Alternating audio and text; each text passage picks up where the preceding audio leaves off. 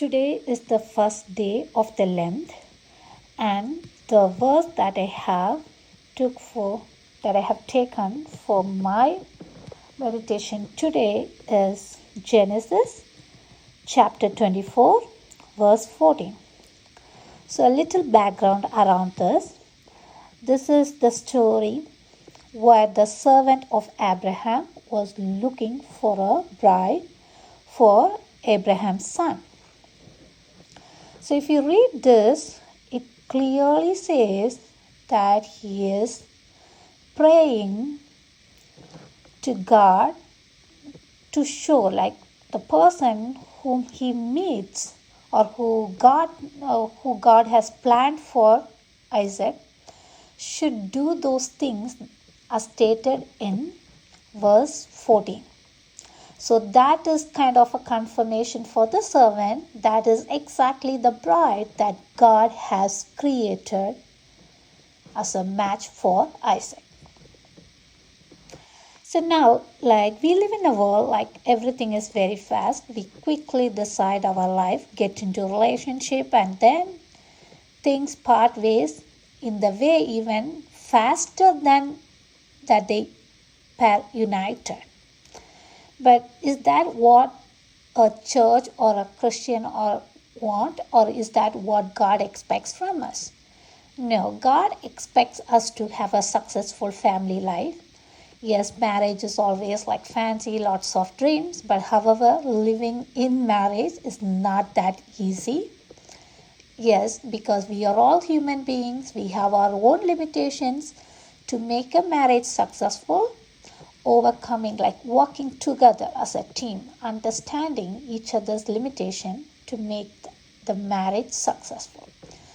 So what am I trying to say here?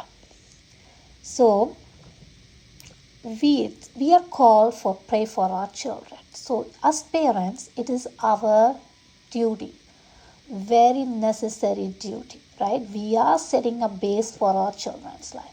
We do not know how things would be after a few years when it's time for our kids to get into a marriage. But what we can do, we can set the base right. What is the base? Start praying for your children that they need to end up their life with a person that God has planned with. So how do you find that person? You don't want to see everyone and wonder, is this the person that God has said it for me, right? We don't have time for that, and I don't think it's worthy enough to do that. Instead, right, pray for the will of God. When two people have a conversation, the two of them has to speak to each other. But if it is one-way communication, it's really not a conversation. And we know when God is above all, we need to make it a habit to pray to God about seeking more information about our children's future, but wait to hear back from Him. That's the place we need to invest our time in. So nobody will get a response in it. I don't think so. That requires, the sincere prayer with the time, and God knows the right time to answer. Right? So we need to pray for our children to end up with the correct or the perfect life partner that the God has created, right? And then at the right time, and like in this example, yes, this simple story is really an example. We can always ask God, okay, to know the signs, right? To how do I confirm if this is the same person? Ask for some signs. So when you come across that person, you need not force, nobody force. It will happen voluntarily if it is God's will.